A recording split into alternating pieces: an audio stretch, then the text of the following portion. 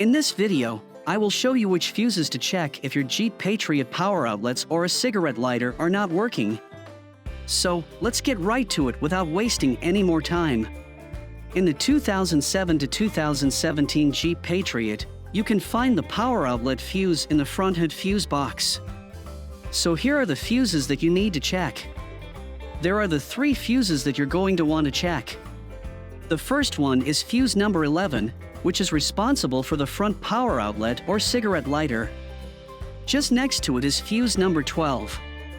It's a 20 amp yellow fuse responsible for the 115 volt power inverter. If your Jeep Patriot is equipped with one, it's just under the middle console on the front side. And the last fuse is a fuse number 13. It's a 20 amp yellow fuse responsible for the rear power outlet. Remove the power outlet fuse using a pair of needle nose pliers or a fuse puller. Inspect it closely for any signs of damage, such as a broken filament or discoloration.